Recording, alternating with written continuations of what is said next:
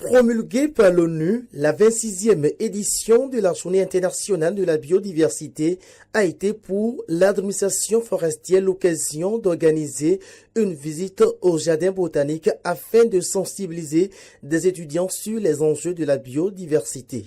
Le lieutenant-colonel Abdul Razak Adibi a précisé avant toute chose les raisons du choix porté sur cet espace vert. L'administration forestière consacre cette journée-là en général à la sensibilisation des populations sur la valeur de la biodiversité et sur sa conservation.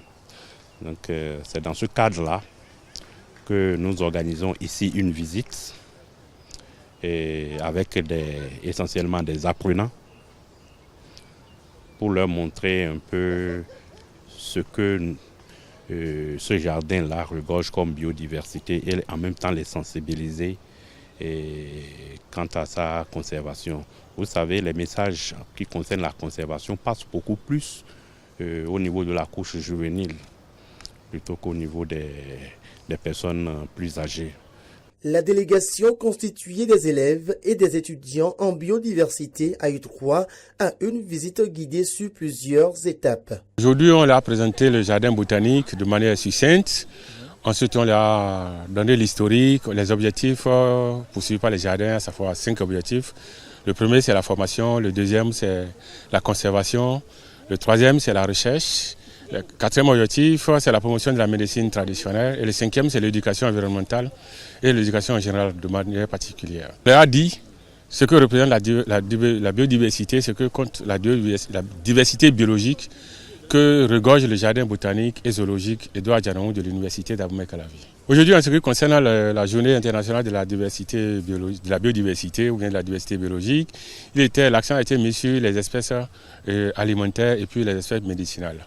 Au thème de cette visite, certains apprenants ont livré leurs impressions.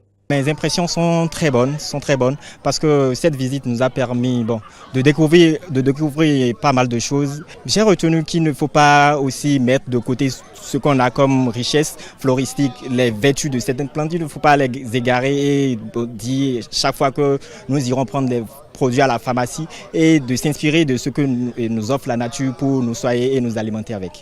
Nos impressions sont très bonnes. On a eu à découvrir beaucoup de choses ce matin sur l'utilité et l'importance de la biodiversité. Je pense qu'on doit accorder beaucoup plus d'importance à notre biodiversité en ce sens qu'elle constitue notre environnement, notre alimentation. On dépend de cette biodiversité, donc nous avons intérêt à la conserver. Abdul Razak Adibi, directeur de la conservation et de la protection des ressources naturelles à la Direction générale des eaux et forêts, a profité de l'occasion pour lancer un appel.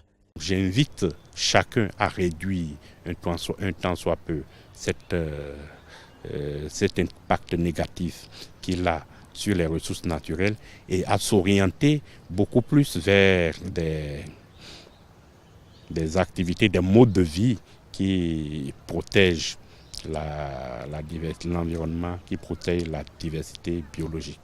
Notons que cette sortie a été marquée par la mise en terre d'une cinquantaine de jeunes plants, la mise en liberté de certaines espèces animales dans la nature, la visite du laboratoire d'entomologie agricole de la FSA et la visite du centre de formation et de recherche en hydrobiologie et aquaculture.